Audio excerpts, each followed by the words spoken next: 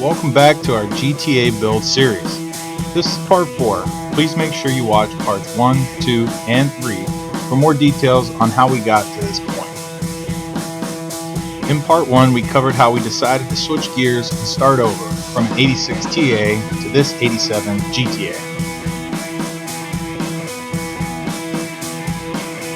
In part 2 we covered how we made simple upgrades and had the car back on the road for a couple summers of 3rd gen cruising.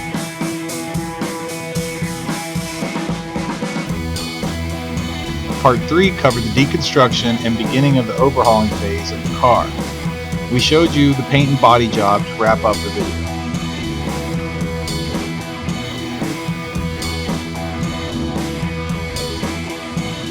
Here in part 4 we will start to get a little more detail as we discuss the engine swap and transmission rebuild. Now that you should be caught up, let's get part 4 started.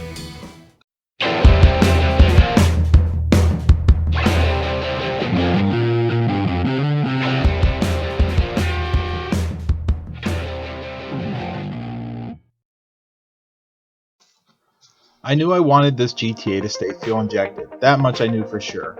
My background was carburetors, however, and I knew that I would be dipping my toe into something I've never done before. Right off the bat, I had to decide what type of fuel injection to go with. I could have left the TPI on and simply had someone flash me a chip with a stock ECU, but after reading up on this, I found that it could get quite costly burning chip after chip while you try and find that perfect tune.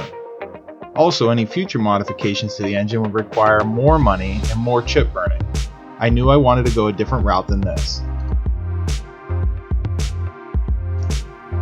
This led me to moats.net, where they offer a bunch of different do-it-yourself kits, from flashing your own chips to emulation. They seem to know what they're doing, and they seem very affordable, but it wasn't exactly what I was looking for. I wanted to pop the hood and see something you wouldn't see in every other 3rd gen, the TPI. I knew I wanted to ditch the TPI and look for something a little more out of the box. So next I looked into the Holley Stealth Ram. This seemed exactly what I had in mind. It would fix a common problem when trying to make power on a tube port: airflow.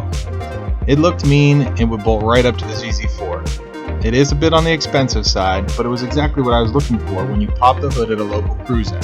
Something different.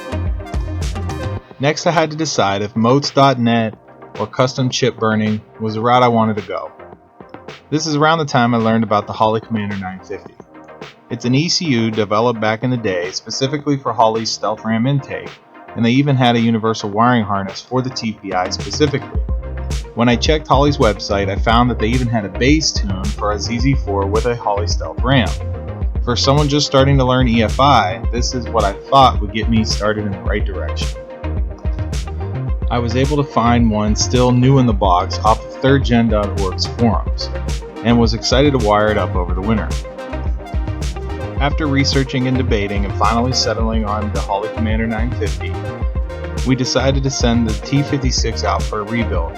There was nothing wrong with it that I noticed while driving it, but we wanted to take this opportunity to have it gone through while it was out of the car. It was no longer going to be behind a 305, so we wanted to make sure someone who knew what they were doing went through it and made sure that it had no issues after bolting it up to our ZZ4.